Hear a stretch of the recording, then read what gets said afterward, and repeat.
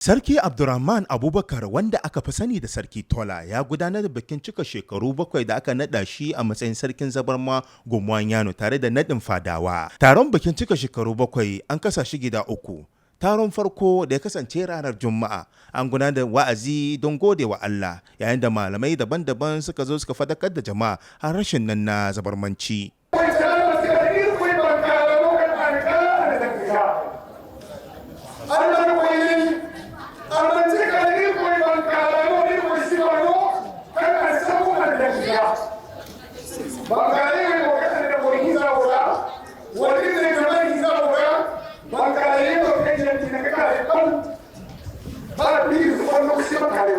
Rana ta biyu an gudanar da health work tattake na lafiyar jiki.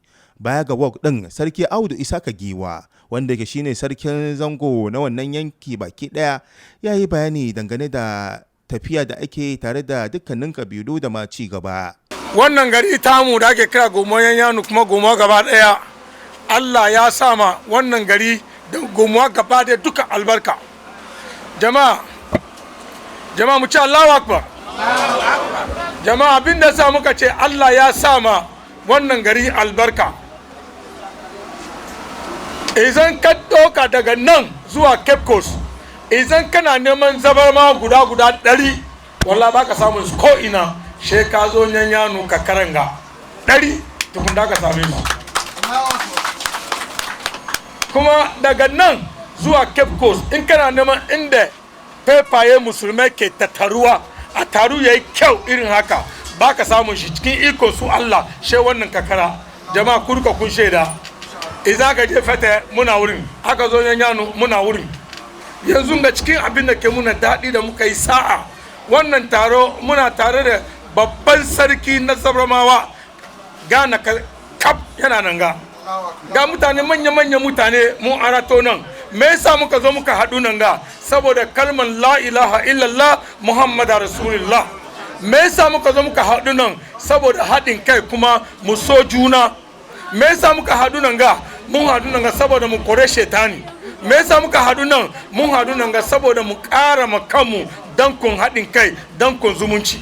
Saboda shi babban sarki mu ya bar Ankara, ya taso ya zo nan ga. Jama'a muna ba da hankuri da sarki Yaya, da sarki Tola, da sarki Imurana, da Nyannyano da Fete. Jama'a ku sani, Nyannyano da Fete Yaya da kanu muke, ba fada tsakaninmu. Nyannyano da Fete, kowane ne ya shiga cikin Nyannyano, wallahi ka zama munafiki. A ranar Lahadi aka tsayar da taron wanda ya kasance taro na ƙarshe.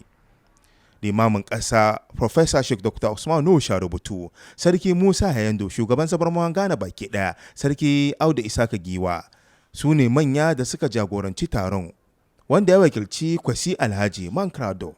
Sarki Eric ya yi magana dangane da alakar da ke tsakaninsu da Sarki Tola. Kakra mai fesa mai kafa Sarki Abdul Rahman Abubakar hono ese oni Gomoa fete ananti Gomoa fete nananom atuna konya oni edi ni ye pa oni ebedi edwa ewon sase ho odi nukrama yedi kan emano 50 acres of land se ontua no kakra maye na otimis di ni boseso etua no kakra maye konsise otue wie se si America sei esai se oni endi ni ye enti yasan amane foforo a osan ene ya konsise na menimse nyame di munti oni ebedi ni ye se di oni edi ni ye ba kono na bebi a de ma no so wedi honi wa makro no atre akodu ho niama a omo ye ho no eso ye ni eye efe intimesre ye nuanom muslimufo na se ye ni mu na tise ye nuanom pepepe. A karshe dai Sarki Musa Hayando ya tofa nasa albarkacin baki akan muhimmancin haɗin kai na Zabarma da ma Ghana baki ɗaya. Mu rabu da son zuciya. Shi zuciya kowane lokaci ka bi zuciyanka abin da zuciyanka ke so kafin ka gani ka halaka. Mu rabu da batun so wai ni wanga Musa abu daya. Yau musulmi ba wani batun ni Russia, Algeria na fito ko Saudi na fito ko yau lokacin hajji kai mu duka za mu tafi. Don haka musulunci ne gaba. shi ma haka nake kira mutanen mu su san kaman zabarma shine gaba, a rabu da batun ni ne kaza ni ne ba kaza ba ni ne wannan duka ya koma da mu baya. Ina ba da shawara mu hada kai, muke da wani magana da muke faɗi unique ne, muka ce mu yi wafa kai irin cardi irin te nyafo babu fo. Assalamu alaikum.